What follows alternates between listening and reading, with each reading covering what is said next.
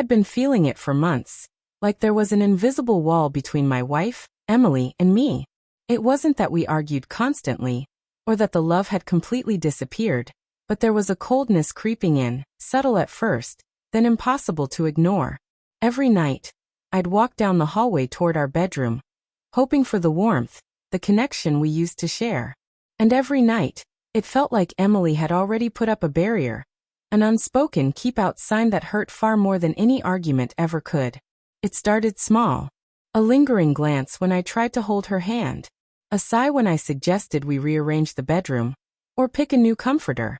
"I don't like change," she'd say, with that calm finality that brooked no discussion. But slowly the exclusion grew. She rearranged the room, put up curtains I hated, bought a huge armchair that took up half the space, and never once asked me for my opinion. I tried to speak up, tried to suggest compromises, but she waved me off like a child pointing at a butterfly. The moment that broke me came one Friday night. I had been looking forward to just a quiet evening with her, a chance to watch a movie together, maybe talk about our day. I opened the door to the bedroom, and it was her domain entirely. A magazine spread of colors, pillows, and knickknacks that had nothing to do with us and everything to do with her. She glanced at me over her shoulder. "I like it this way," she said softly, almost casually. "Maybe you'll get used to it." I froze. My sanctuary, my room, had been transformed into a space where I no longer belonged. I left without a word, trying to swallow the bitterness in my throat. On the drive to the store that evening, I realized something. I couldn't change her, but I could reclaim a part of myself. I could create a space I actually loved. A place that reflected me, not just her vision. I returned home that night with plans forming in my mind. I started small, moving a chair here, hanging a poster there. Every piece of furniture, every item I added, was carefully chosen to make me feel comfortable, grounded, at home. The thrill of arranging a space for myself. It was intoxicating, almost rebellious. Over the next few days, I threw myself into the project with more energy than I'd realized I still had. The bedroom, once Emily's fortress, began to transform. I found a vintage lamp at a thrift store that cast the perfect warm glow, a bookshelf I'd been eyeing for months, and a small desk tucked neatly into the corner. Each item felt like a tiny victory, a reclaiming of my identity in a space that had slowly erased me. It wasn't about making her notice. It was about making myself feel at home. I chose colors I loved, textures that comforted me, and arranged everything to create a flow that made sense to me. The process itself was cathartic. I found old records, books, and trinkets I'd forgotten I even owned. I dusted them off, positioned them just right, and slowly, the room began to breathe again. It wasn't perfect, it wasn't hers, but it was mine.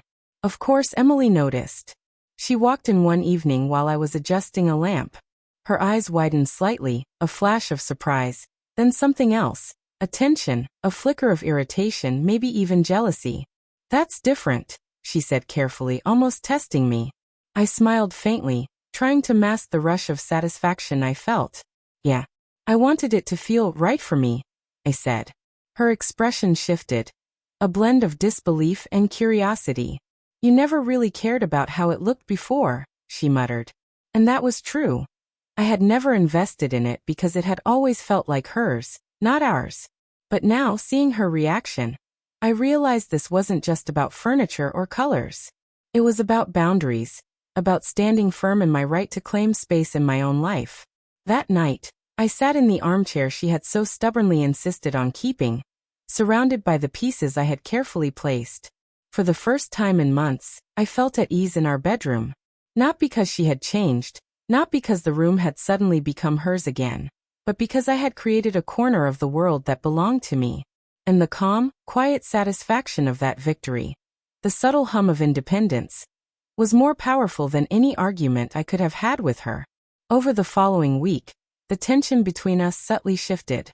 Emily moved around the room with caution, like a guest in her own house, while I held my ground in the space I had reclaimed. I didn't gloat, didn't flaunt my changes. I simply existed, comfortable in my choices, unapologetic for claiming what was mine.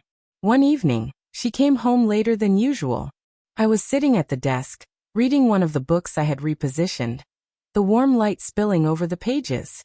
She lingered at the doorway, arms crossed, a hesitant look on her face. "It's different," she said again, softer this time. Her voice had lost the edge it once carried. The casual dismissal replaced by a quiet acknowledgement. I didn't respond immediately, letting the silence speak volumes. After a few moments, she spoke again, almost reluctantly. I guess I never realized how much this space mattered to you." Her words were careful, as if she were testing the waters of an apology she wasn't sure she wanted to offer. I looked up at her, calm but firm. "It's not about the room," I said. "It's about feeling like I belong here, too. Feeling respected." Her gaze dropped to the floor. I could sense the shift, the realization that some things could no longer be ignored or taken for granted. I didn't need her to agree, didn't need her to apologize immediately. I just needed my space, my boundary, and now it stood unshakable, silent but clear. That night, I lay in bed for the first time in months, without tension crawling along my shoulders. The soft glow of the lamp, the carefully arranged books, and the little desk tucked in the corner all whispered the same message. I had taken control, reclaimed my peace, and established a space that reflected me. It wasn't about winning an argument, it was about honoring myself. In the days that followed, Emily began to adapt. She didn't dominate the space anymore, didn't impose her choices without discussion. Slowly, a fragile balance returned. I realized something essential. Sometimes the most important victories aren't loud or dramatic. They're quiet, personal, and fiercely your own. And in reclaiming my bedroom, I hadn't just transformed a room. I had transformed how I felt about my life, my voice, and my right to claim space where I belonged.